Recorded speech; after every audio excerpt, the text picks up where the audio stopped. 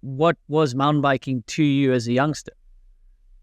Yeah, so I started BMX very young. I was 4. I did that till I was like almost 24. And I did watch those world champs. I watched the four cross where Jared Graves and Caroline won, and I watched the downhill.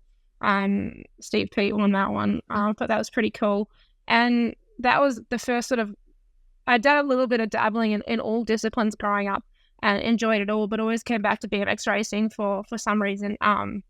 But it wasn't until much later, like Whistler. I went to Whistler for a pump track thing in Canada, and then I went to Whistler afterwards, and I saw Crankworks, and that kind of opened up my eyes to the world a bit more. But before then, there wasn't much. There was like, I remember I used to watch like the Atherton Project on YouTube, and that was my idea of mountain biking, which I thought was really sick.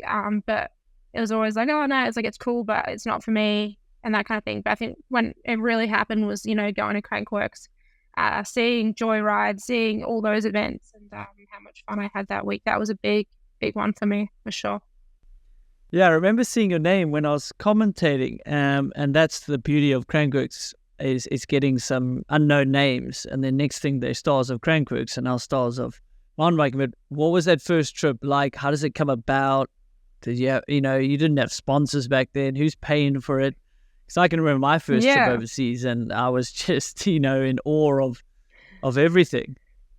It was insane. I mean, I traveled a fair bit for BMX before, like as a kid growing up. We go to like world champs. There's like a known that for BMX you can do it all age classes and that kind of thing. And I'd done a couple of World Cups in elite. I didn't do super well. My best result was like 16th or something like that. But that was my goal at the time, and like Olympics and things like that. But towards the end of it, I just wasn't feeling that enjoyment out of it. Which I thought was strange, because I really liked riding bikes, and I didn't think that was the problem. It was just there was something in there that wasn't quite the direction I wanted to go anymore. And I remember Red Bull started that pump track series, and there was one that was in Nanaimo in Canada that year, right before Whistler, and I was like, I'm going to go to that. Sounds like fun. And then my friend was like, oh, there's this thing in Whistler afterwards called Crankworks, so you should bring your mountain bike and come to that afterwards. And I was like, yeah, sure, whatever. Like, I'll enter pump track because I'm a bit familiar with that. I'll do slalom, that kind of thing. And really that was like basically all I really knew, and jumped in and like really had no idea anything to do with mountain bikes. Like in terms of like, I've ridden mountain bikes before, but I didn't really utilize anything about it.